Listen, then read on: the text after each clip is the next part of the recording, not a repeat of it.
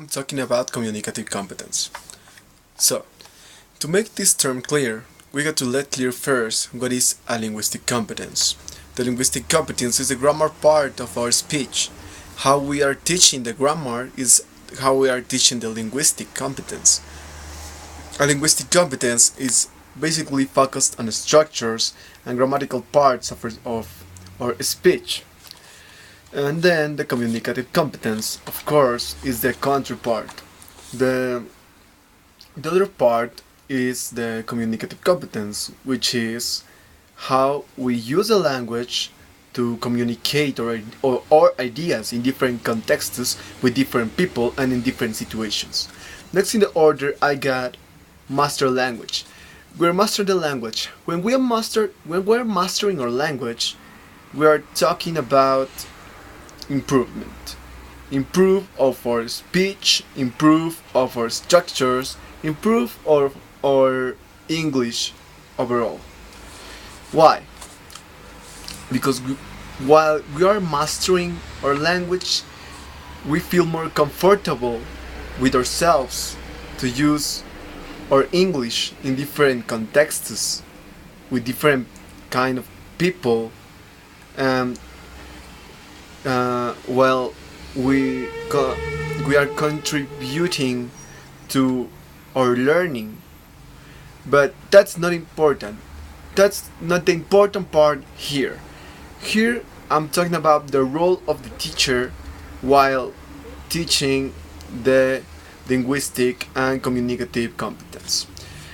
Those are the syllabus. The syllabus are basically or generally based on the grammar part, based on the linguistic competence. But as teachers, we can let the grammar be just grammar like that. The students will be really bored if we give them grammar just like that, because there are just structures. They cannot see a purpose, an objective to use it. So there is no meaningful learning. As teachers, we can project our syllabus in different statistics, different characteristics, okay? Such as functions, based on tasks. Well, the task is the more easier part, the most clear example that I have about teaching the communicative competence, because there is different uh, um, environments, different kind of people that we are playing the role to be. So that's a very important kind of syllabus. We can use the fluency activities. Well, in the fluency activities, we are not really giving importance to the accurate part, to the linguistic part. Why? Because we are focused on the fluency, the flow, how we can get a conversation going without a stop. And you're not working on the structures. Maybe the students are not able to use the structures well, but instead you are teaching them to be really spontaneous with their language, which is well. And different contexts. When we are basing or teaching in different contexts, is because we are providing to the students confidence, and providing to the students very general and objective idea of what we are doing there. What is the reason of teaching the grammar? And that is because if they can see the different uses of a language, they can learn it more easily. The strengths of communicative competence. The strengths of communicative competence are those focused on let us know as teachers what is the level of our students, if they are beginners, if they are medium, or if they are advanced learners. So what should we do once we got the strengths of communicative competence. Okay, what should we do is consider the five strengths. The first strength is accuracy. The accuracy is focused on the grammar part, and we are always over structures. It's pure grammar 100%. So it's not surprising that the students will, get bored easily.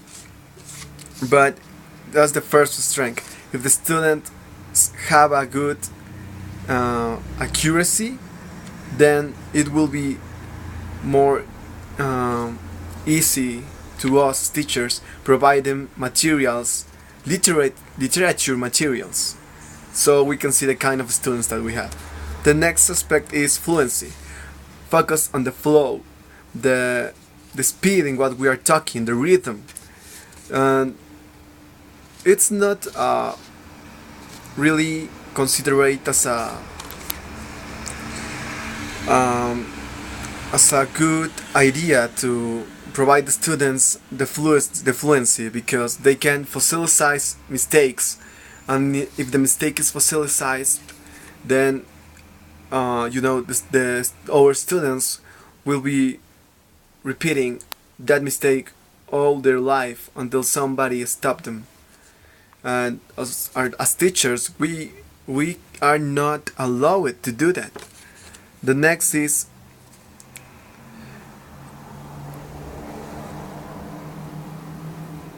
capacity. The capacity is how how can we make the students more capable to communicate what they feel. If they can communicate what they are feeling, then we are doing a good job, because that is the most important aspect of a language, to communicate. And if the students can communicate their feelings, what they are thinking, then we are doing a good job. The next aspect is appropriacy. Appropriacy depends on the context. That the students knows how to manage their language with the kind of environment in what they are. So it's more like pragmatical aspect, I will say. Finally, connexity.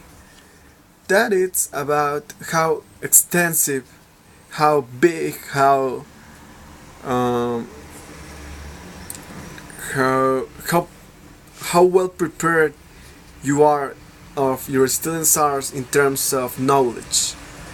How big is their vocabulary? If they got good fluency, the different aspects like behaviorism in the speaking aspect, and those are the activities that we can use as teachers in the considering the five strengths to appreciate the kind of classroom that we have in front, and to develop our communicative competence. Thanks.